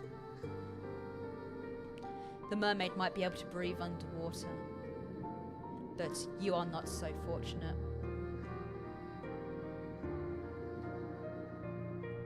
Your body is far less sophisticated than hers, and requires oxygen with which to furnish your body with continued strength, not salt water. The thought of trying to inhale the endless water which surrounds you makes you shudder. You would rather not attempt it. You do not have gills. Damn it, I should have thought about that before. I should have realised, hey, do I have gills before I let a mermaid drag me underwater? I definitely am the dumb one from the school. I should have checked that I had gills, guys. When will the mermaid take you back to the surface? Surely she must know that you have fast begun to near your limit. You have been underwater for too long, and it's too cold. And it's so dark now. In any event, you cannot see much of anything. The joy you once felt during your underwater adventure has begun to dissipate, just like the last of the oxygen you still possess. It is time to return to the surface now. But how are you going to communicate this to the mermaid? You cannot speak, and she's not looking at you. She's staring, instead, fixed at something beyond your comprehension. Perhaps something far away, perhaps in the underwater gloom that you cannot see. Not knowing what else to do, you try to pull your arm free from the mermaid's grasp. You hope that this will signal to her that she has grown too carried away in her endeavours, that she ought to cut short your expedition and return you to the shore. The mermaid does not react, however, to your attempts to escape her. Her grip does not slacken as you had hoped from about your wrist. In fact, it is quite the opposite. It feels as though she's gripping you more tightly than she was, as if to prevent to your escape. But why would she do that? You tap on the mermaid's shoulder to get her attention, a gesture which prompts her at long last to turn. Her fair hair billows around her, suspended in the water like a shroud. Then she says in that calm, measured, incredibly reasonable voice of hers, "Yes, dear one. What is it?" If you could, you would open your mouth and reply to her, but alas, you're a human girl, not a fish. You cannot speak underwater. Dang it, I should have thought about this before. We should have maybe done some hand signals. Ready? Any attempt to do so would accomplish naught save filing your pretty little mouth. Filing? Oh my god, my brain is actually cooked. Say filling your pretty little mouth with water. The mermaid really ought to have considered that before she started to ask your questions. but your comfort seems to be the last thing on the mermaid's mind. She smiles at you gently, delicately, then says, I understand. Being underwater for so long must be beginning to take its toll. Do your lungs feel like iron? Are they heavy? So she does understand your woes. You might not be able to speak, suspended as you are in the dark, murky depths, but communication is not wholly impossible.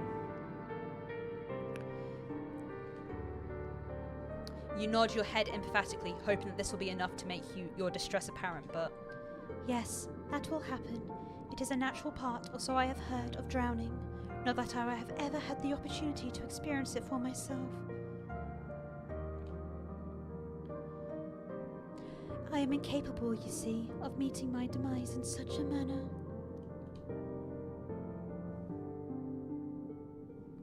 Now, what was that? What could she mean? I mean, the mermaid answers, wait, can she read minds? That this was a calculated act upon my part. What a surprise! What a surprise! Forgive me, dear one, but the moment you consented to sinking beneath the water with me, your fate was sealed. Your lungs will be flooded with water soon enough. Then you will die. It is not a pretty way to go. You needn't worry about your corpse bloating, disfiguring, or being eaten by fish, though. I will take very good care of it, I promise. In death, you will look lovely, almost angelic. Is that not what you always wanted? You do not know what the mermaid thinks it is exactly that you want, but you think she's labouring under some severe misunderstandings. It's a misunderstanding that you want to drown me. I'm sorry. You would like to try and correct her. You do not want to die, but of course you cannot open your mouth. What a pity. Well, at least it saves me the effort of transcribing your dying pleas. Sassy ass narrator. You know, the narrator, it reminds me a bit of, Slay the Princess. The sassy ass. Stas, I'm shocked. Yeah, I'm shocked that the mermaid tried to drown me. Whoa! I doubt that they would be particularly interesting. If you want to know why I'm doing this, then I would not mind obliging. I have no secrets to keep from you. Other than the secret, perhaps, that upon your first meeting she nursed within her cold fish heart the desire to bring about your watery murder? Exactly, sassy narrator. You might have liked to know that before you agreed to sink beneath the ocean's surface with her. I am only doing this because I have no choice. The other girl I liked, after all, the one I adored, disappeared. She went away, and I was never again afforded the opportunity to see her. You remind me of that girl, though you do not look much alike.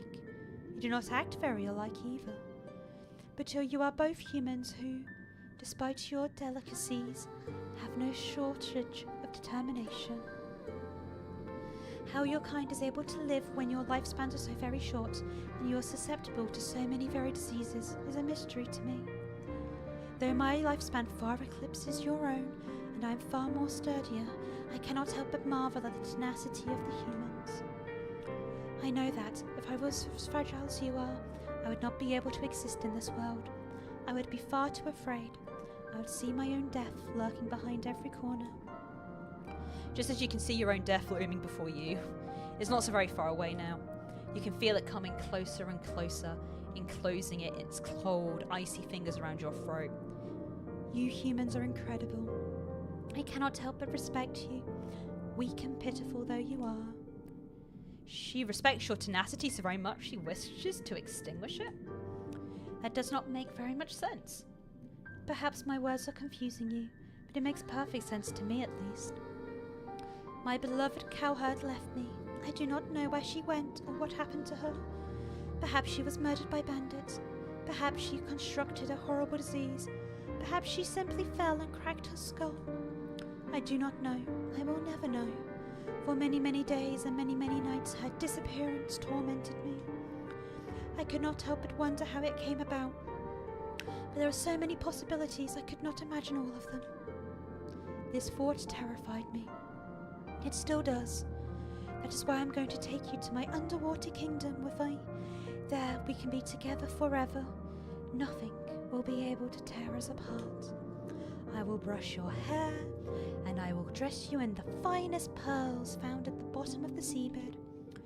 It will be lovely, much, much lovelier than any sort of miserable existence you might have been able to eke out above water.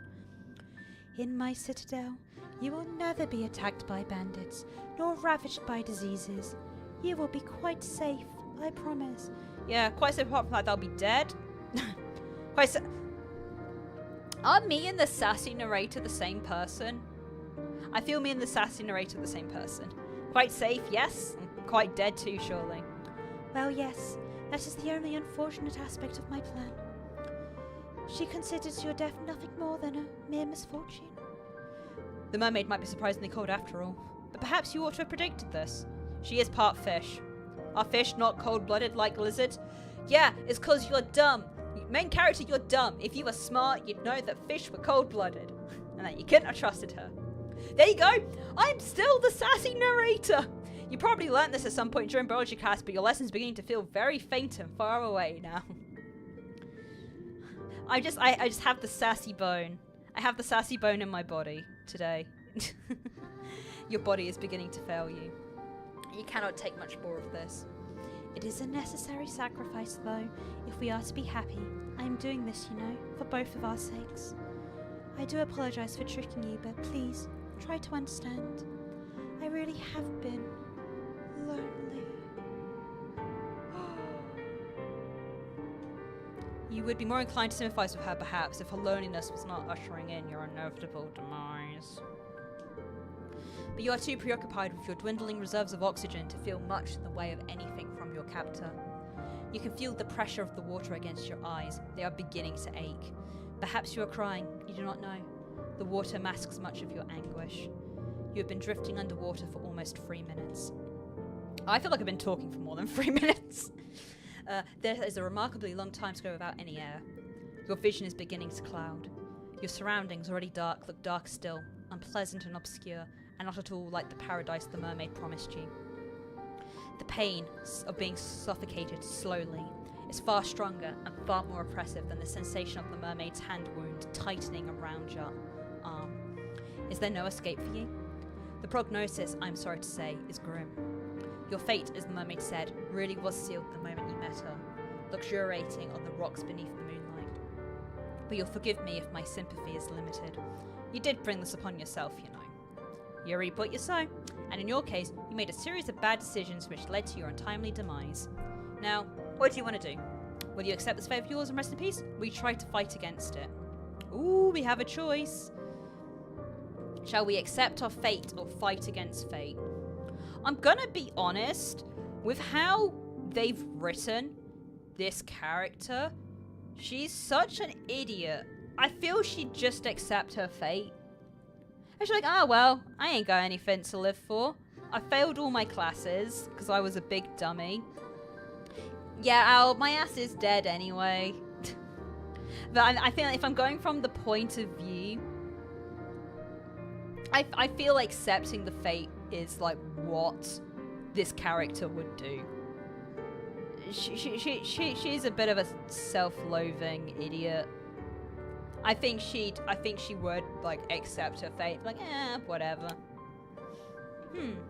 That is a bit of an anticlimactic answer at this junction in your life story, but I suppose it would be remiss of me to lecture you too much. I'm sure you're well aware of what a terrible series of decisions you have made. Actually, wait a sec. Can we? Oh shit, can I not go back? No, I see I should have been saving. I should have been saving.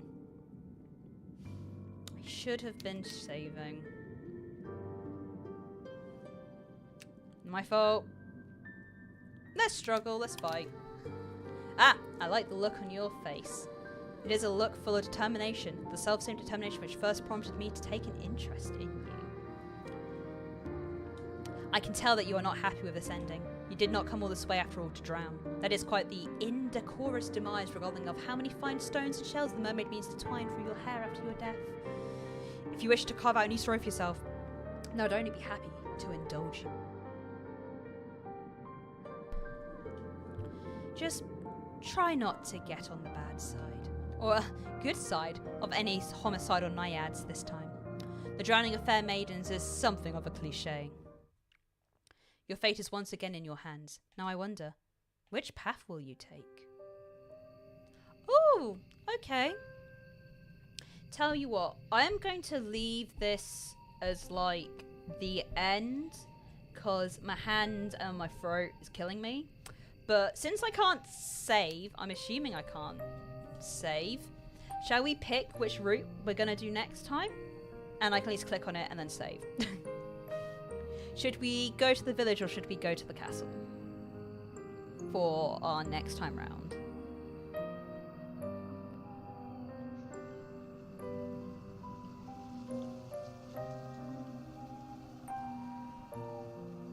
Ooh, castle.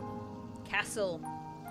Okay, so I'm going to set off the castle, but then I'm going to save. What I should have been doing. And yes. So yeah, I hope you guys have enjoyed It Gets So Lonely here. I might continue playing this next week. I'm gonna see how I feel. Because if my hands are still not doing great, I probably would want to do another VN. Sorry, Al, I know you wanted Spooky's Jump Scare Mansion, but I think I need to listen to my hands.